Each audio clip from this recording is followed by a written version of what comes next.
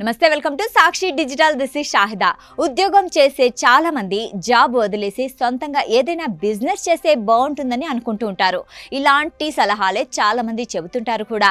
కానీ అదంతా తప్పు. అనుకున్నదంతా సులభమేమి కాదంటున్నారు యువ వ్యాపారవేత్త మోహుల్ అగర్వాల్. దీనికి సంబంధించిన వీడియో కూడా సోషల్ మీడియాలో వైరల్ అవుతోంది.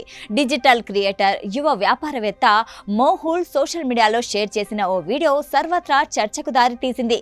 ఎందుకంటే ఇందులో ఉద్యోగాన్ని వదిలి సొంత వ్యాపారం ప్రారంభించడం ఎంత కష్టమైన ప్రయాణమో ఆయన నిజాయితీగా వివరించారు.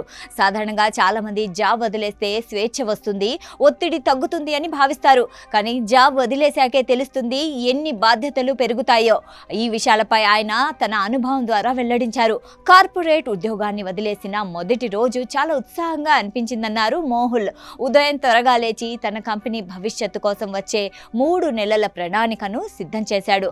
కొత్త ప్రయాణం ప్రారంభమవుతుందనే ఆనందం అతనిలో కనిపించింది. రెండో రోజు ఆ ప్రణాళికను మళ్ళీ మార్చి మరింత మెరుగుపరచడానికి ప్రయత్నించాడు. అయితే 3వ రోజు పరిస్థితి పూర్తిగా మారిపోయింది. తన నిర్ణయం సరైందా కాదా అనే అనుమానాలు మొదలయ్యాయని మోహుల్ తెలిపారు. భవిష్యత్తు ఎలా ఉంటుందో తెలియక భయం, ఆందోళన కలిగాయని వీడియోలో వెల్లడించారు.